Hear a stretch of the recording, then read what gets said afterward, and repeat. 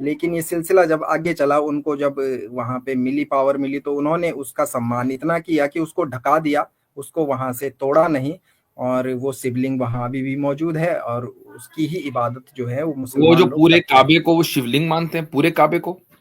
نہیں، اس کے اندر مانتے ہیں کہ اس کے اندر شیولنگ ہے، اس کو ڈھک رکھا ہے.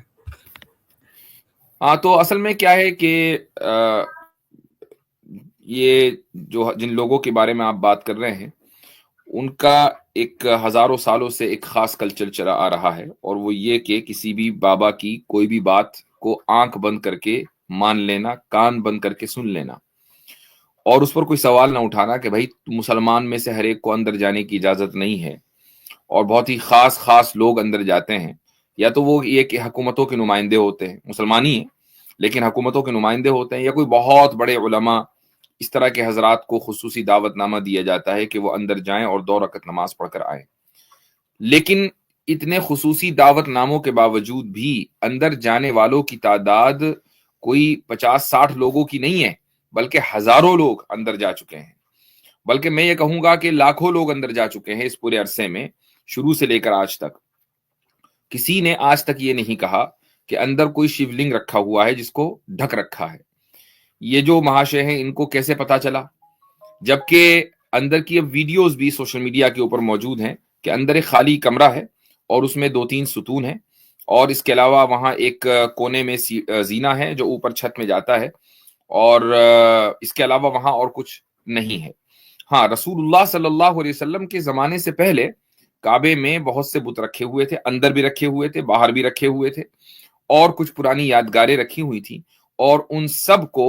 کعبے سے ہٹایا گیا اور کعبے کو پاک کیا گیا. میں لفظ پاک جان بوجھ کر استعمال کر رہا ہوں، کعبے کو پاک کیا گیا ان نجاستوں سے. اور اس کی وجہ یہ ہے کہ اگر کعبۃ اللہ کی ہسٹری کسی کو پتا ہو، بات یہ ہوتی ہے کہ جب کسی ایسی قوم کے سامنے کہ جس کو جہالت بری گفتگو سننے کی ہزاروں سال سے عادت ہو، تو کچھ بھی کہہ دیا جائے، کوئی مسئلہ نہیں ہے. لیکن کعبۃ اللہ کی تاریخ سے واقف لوگ جانتے ہیں کہ اس کعبے کی تعمیر سب سے پہلے تو حضرت آدم علیہ الصلوۃ والسلام نے کی تھی، لیکن قرآن نے جس کعبے کی تعمیر کا ذکر کیا ہے باضابطہ، وہ حضرت ابراہیم علیہ الصلوۃ والسلام کے ذریعے کعبے کی تعمیر ہوئی ہے. حضرت ابراہیم اور حضرت ابراہیم کے بیٹے حضرت اسماعیل علیہ الصلوۃ والتسلیم نے کعبۃ اللہ کی تعمیر کی. اور قرآن حضرت ابراہیم کے بارے میں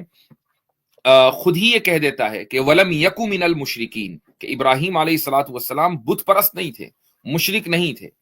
تو جس گھر کی وہ تعمیر کریں، جس بیت اللہ کی وہ تعمیر کریں، یہ کیسے ممکن ہے کہ قرآن تو ان کو یہ کہہ رہا ہو کہ وہ موحد تھے، اور تمام انبیاء جو حضرت ابراہیم علیہ الصلوۃ والسلام کے بعد آئے، ان میں حضرت ابراہیم کے لائے ہوئے طور طریقے رائج ہوئے، یہاں تک کہ مسلمانوں میں بھی، یعنی امت مسلمہ میں آپ صلی اللہ علیہ وسلم کی لائی ہوئی شریعت میں بھی حضرت ابراہیم علیہ الصلوۃ والسلام کے بہت سے طور طریقے رائج ہوئے ہیں، جیسے کہ عید الاضحیٰ کے موقع پر قربانی ہے یا اسی طریقے سے حج ہے۔ تو یہ کیسے ممکن ہے کہ حضرت ابراہیم اس گھر میں خود بت رکھ دیں؟ یہ ناممکن ہے،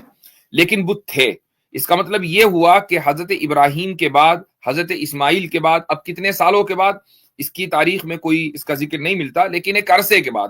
وہ اندازہ ہے کہ صدیوں کے بعد، کچھ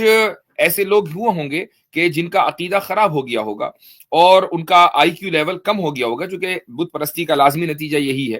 اور انہوں نے دوسروں کی دیکھا داکھی۔ تاریخ عرب میں ملتا ہے کہ عمرو بن اللحا نامی ایک شخص تھا کہ جو وہاں گیا مجوسی سلطنت میں، یعنی فارس میں، جس کو پرشین امپائر بولا جاتا ہے، اور وہاں اس نے دیکھا کہ کچھ لوگ بت پرستی کر رہے ہیں، وہاں اس نے دیکھا کہ کچھ لوگ آگ کی عبادت کرتے ہیں، اور اس نے آ کر اپنے لوگوں میں یہ کہا کہ بھئی وہاں میں یہ طریقہ دیکھ کر آیا ہوں کہ لوگ بت پرستی کرتے ہیں اور آگ کی عبادت کرتے ہیں، اس عبادت کرنے سے ان کا کانسنٹریشن لیول بڑھ جاتا ہے۔ یہ اس کا اپنا آبزرویشن تھا، ایسا حقیقتاً نہیں ہے۔ تو ہمیں بھی کچھ ایسا ہی کرنا چاہیے، اور اس نے ایک بت تراشا اور اس طریقے سے بت پرستی کا آغاز اس قوم میں ہوا۔ تو اگر ہم یہ انکار کریں کہ بھائی کعبۃ اللہ میں بت تھے، اس کا انکار کریں، تب تو یہ غلط ہے۔ ہم مانتے ہیں کہ کعبۃ اللہ میں بت تھے اور 360 تھے، لیکن ساتھ میں یہ بھی مانتے ہیں کہ کعبۃ اللہ کو ان بتوں سے پاک کیا گیا، اور یہ بھی مانتے ہیں کہ جب کعبۃ اللہ کی تعمیر ہوئی حضرت ابراہیم علیہ الصلوۃ والسلام کے ذریعے، تو اس میں کسی بت کا ہونا ناممکن ہے، چونکہ قرآن کی شہادت ہے کہ حضرت ابراہیم ایسے نہیں تھے۔ ہاں، یہ ضرور ہے تاریخ میں لکھا ہوا کہ بعد میں بت پرستی کا آغاز ہوا۔ تو کعبۃ اللہ تو دراصل حقیقی طور پر ایک مسجد کے طور پر کعبۃ اللہ کی تعمیر ہوئی تھی، اور بعد میں بت پرستوں کے ذریعے اس پر قبضہ ہوا ہے۔